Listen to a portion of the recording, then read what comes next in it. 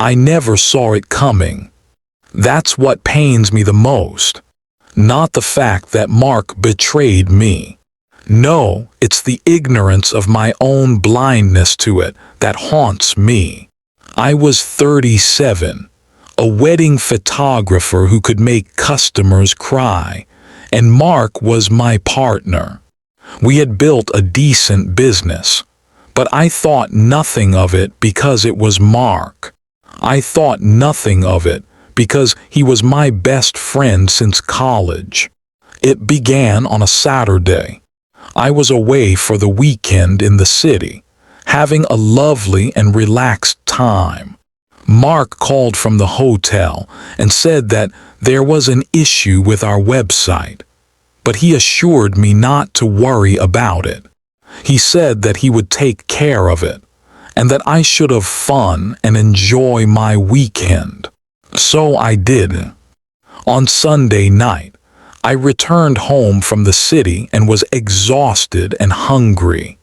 Elena gave me a meal, and I told her about the weekend. I showed her some pictures on my laptop from the city, and she told me that I looked tired and happy. I fell asleep on the couch. When Monday came, and I woke up at my usual time, around 8 in the morning, I suddenly realized that my phone had a dozen of unanswered calls and texts. My heart skipped a beat, and I quickly dialed my voicemails. A bride asked me if I retired. Another client complained that their package was transferred to another company, and one groom asked me why my name was not on the website anymore. I stood up. My heart pounded furiously, and I immediately reached for my laptop. My fingers were trembling as I typed in our website domain. What happened next made me feel physically sick. It was not the realization of betrayal, but the next discovery. My name was not there. Instead, they put my photograph and work under some other company's domain. All of my photography was there. All of the portfolio pictures were there, but the names and the logo were changed. It was as if I had never been a part of the company, but somehow the pictures survived under another name. All the homepage said was that there was a new owner, and all the customer inquiries were redirected to a different email address. I tried to log into our admin panel to change the details, but Mark had changed the password and I could not get in. I tried calling him, but it went straight to voicemail. I sat there in the kitchen, looking at my phone. The cup of cold juice that Elena prepared for me was forgotten on the table. My mind was racing, but deep down, something told me that it was not some technological error. It was not some innocent misunderstanding. Something told me that Mark had done this on purpose, and that he probably had no intention of bringing me back anytime soon. Soon enough, another message appeared on my phone, and I recognized the sender's name immediately. Sarah, the bride who called me on Sunday, had sent me another message. It was a reply to a message sent by Mark, offering a wedding photography package. She had included his message in her reply, but she had also sent me the pictures that he had attached to his email, and at the end of his message was a new company name, the same one that was on our website.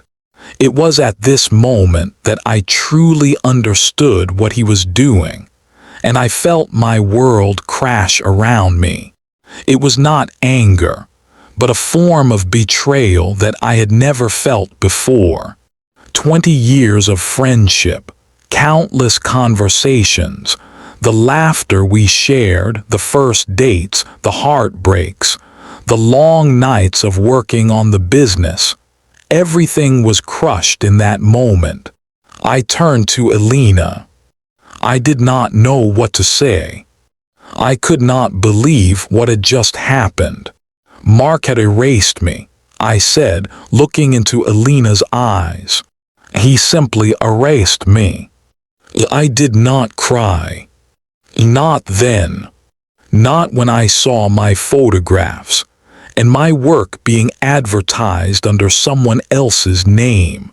No, I felt a surge of something dark and powerful inside of me. Anger most of all.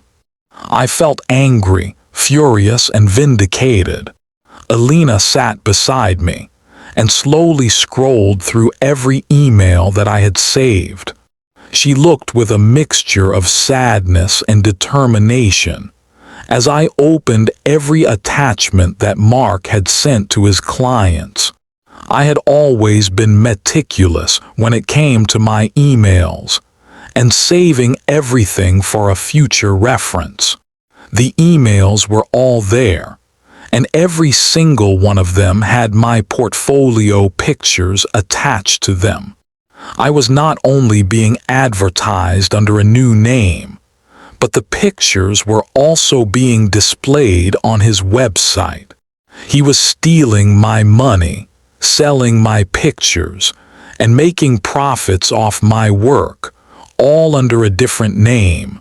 Not only that, but he was charging half of the regular price for the wedding photography bundle. He wanted to attract more clients, and he wanted to do it as fast as he could. I did not have much of a choice. While he was stealing my work, I was collecting evidence. I began calling every other client that had contacted me on Monday. I told them what was happening and explained the situation. Most of them were surprised, but a few of them had already signed a contract with his company. They did not pay the full price yet, which I saw as an opportunity. I asked them to forward me every email that they had with Mark, with all attachments and pictures. I did not have to wait long before I had 23 different email addresses in my inbox, all with their various questions and concerns. All of them had my pictures attached to their messages, and all of them were under the same company name. I felt physically ill. My heart pounded in my chest. Mark wanted to erase me from the online space, and he was even willing to break the law in the process. However, he made one big mistake. He had forgotten that I always kept digital copies of my work, as well as a thorough account of every conversation I had with my clients.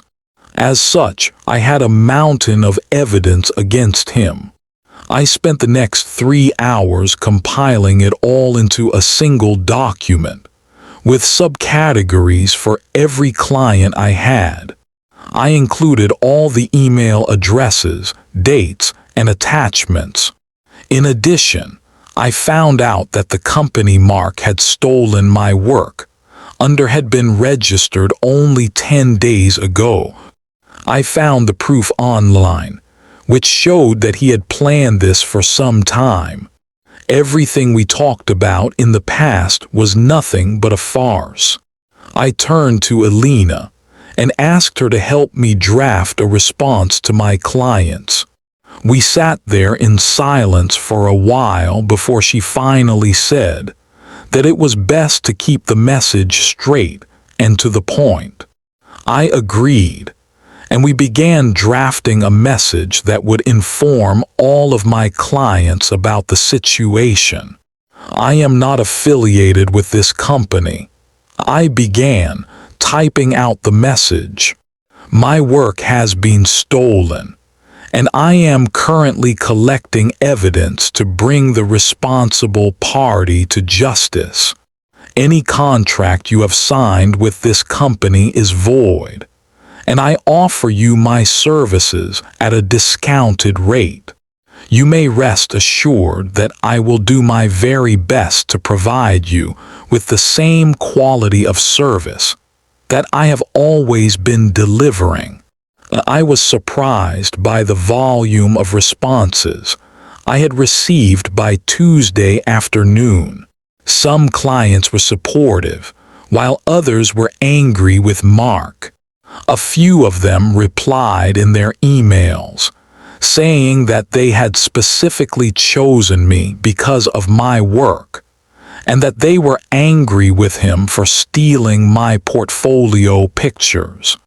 Others even wanted to wait for me to make my own website and launch my services again. I did not know what to feel at first. The anger was there, but so was the understanding that none of it affected me anymore. Mark had stolen my work, but the clients had chosen me for my portfolio and the quality of my photographs. He was not going to change that. I called Mark again, but this time he picked up. He sounded surprised to hear my voice, and I could hear the fear in it. "Why did you do it?" I asked. He was silent for a moment before he answered. He said that the company was failing and that he had no other choice. He said that I was too demanding and expensive, and that I was holding him back. He was doing this for the company and its sake. I did not say anything else. I listened to him, all of his words, and when he finished, I simply said that I had the evidence I needed and that I would be going public with it. I did not talk to him again that day. I spent the rest of the night sitting in my office, looking at all of the photographs I had taken. The proof of Mark's betrayal was right there, but it did not feel as if it were a part of me. He had stolen my work, my name, my portfolio, and my clients, but I had something that would protect me. Truth and proof in the end would always win against lies and deceit. I turned to my laptop and began typing a message out to my personal social media account. I did not say much, only posting the evidence against Mark and asking them if it was his work. I did not have time to post a lengthy explanation or an angry rant. The next morning, when I logged on to the account, I felt my breath taken away by the sheer volume of responses. The post had already had more than 2,000 reactions and likes by 8 in the morning. By noon, it had over 10,000.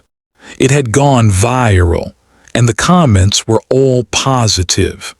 Clients were reposting the picture, stating that they wanted my services, while some other brides and grooms asked who was stealing Mark's pictures. The comment section was flooded with messages, asking me if it was really my work. They asked whom Mark stole it from, and many of my former clients asked what they could do to help me.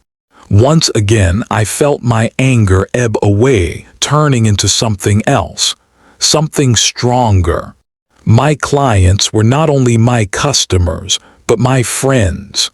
They had trusted me to capture their joy and celebrate their happiness with them, and in return, I had given them my very best. None of that had changed, even if Mark had tried to erase me from the web. Mark's phone was ringing incessantly. By the time I returned to my social media account the next day, I knew this because my friend Rachel had told me that she saw him running outside of his co-working space. She sent me a video of him talking to some other people and pacing up and down the street. He looked as if he were having a mental breakdown, with his tie loosened and his shirt untucked. He looked like a broken man, because that is precisely what he was. While he was busy stealing my work and trying to hide it from me, I had spent the night compiling the evidence. While he was busy stealing my portfolio pictures, I was busy collecting proof of his crime. In the end, it was not enough to hide his actions from me. He had betrayed me and stolen from me, and the people who loved my work had betrayed him. That night, the local newspaper called me and asked if I wanted to speak with the press. They wanted to feature my story on their website, and I agreed. I was not afraid of him anymore. In fact, I was ready to expose him to everyone. Alina helped me prepare for the press, telling me what to wear and saying that the people would always support me. The news channel wanted me to talk about how I felt when I found out about the betrayal. I told them it felt as if I had been erased. I told them that I always knew I would lose people if they tried to take what I loved. But I also knew that no one could erase me unless I gave them permission to do so. The news segment aired that night, and my phone never stopped ringing. All of my old clients wanted to book me for their events, and the press wanted me to post more evidence. Some other wedding planners and photographers wanted to meet me in person. A few venues even gave me discounts for posting their advertisements on my social media accounts. In addition, Mark's website went down, and his advertisements disappeared from all social media channels. It was as if they had evaporated from the internet altogether, and it was all happening because of me. The truth had finally come out, and it was liberating. I met with a lawyer the next morning and went over all of the evidence once more. He said that I would be able to do whatever I wanted with Mark. I told him that I did not want to sue him for all of his debts and losses. I wanted him to publicly apologize for stealing my work and for betraying my trust. I wanted him to return all of my clients to me, giving them an option to book their events with me again. He sent him a letter requesting that, and by the evening he arrived at my front door. Mark looked broken when I opened the door. He looked at me with tired eyes and said that he wanted me to drop the lawsuit. He said that he knew what he had done was wrong and that he regretted every second of it. He said that the business had been failing and that it had pushed him to take those actions. He said that I held him back and that it was all a mistake. I looked at him for a long moment, thinking about everything that had happened, about the long nights we spent working on the business, the laughter we shared, and the conversations about our future plans. Then I turned him down and closed the door. When morning came, he sent me another letter, this time formally asking me to drop the suit. I did not go to court. It was pointless and a waste of time, but the next day, Mark signed all of the papers, returning all of my clients to me. He also sent out a public apology on his social media account, saying that he had stolen my work and that he regretted his actions. It was a short message, and I doubted that many people would see it, but it did not matter anymore. The damage had been done, and his reputation was already tarnished. No one would trust him anymore, and he would never be able to recover from this. The worst punishment for him was not financial loss, but a loss of credibility and integrity. I took a week off and went on a vacation with Elena. We drove down to the coast and spent a few nights in a cabin, surrounded by the sound of the ocean. I did not look at my emails or my camera, but I knew that I had changed. The betrayal had not broken me, but it had made me stronger. I had lost something precious to me, but I had also discovered something just as valuable. My identity was not defined by a business name or a partnership. It was defined by my work, which was always going to be mine, no matter what. When I returned, I launched my own independent photography business, using my own name and my own portfolio. I did not need a partner, and I certainly did not need someone to betray me. The responses to my new website were overwhelming, and I was flooded with requests for bookings and inquiries. I had more work than I could handle in the span of 2 weeks.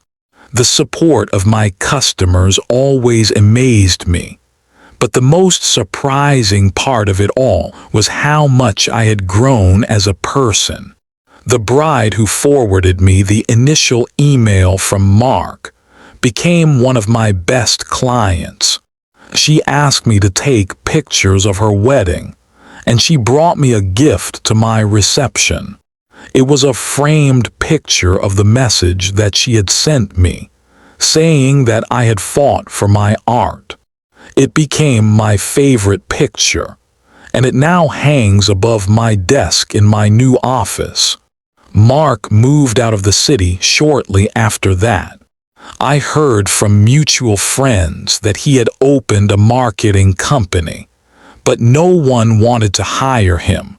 He had become a legend of the industry, but the kind of legend that everyone talked about in hushed whispers. I barely saw him after that, and I was not sad to part with him. He had lost something precious to him as well, our friendship, and the bond we had built over the years. All of it was gone, and he would never be able to mend it again. I still think about that Monday morning, the cold juice on the kitchen table, and the long nights of sleepless crying. I think about the betrayal and the pain, but most of all I think about the journey and the realization that came with it. I think about all the lessons I learned, both emotional and personal, and how they shaped me as a person. I think about the people who supported me, and the kind of strength they gave me.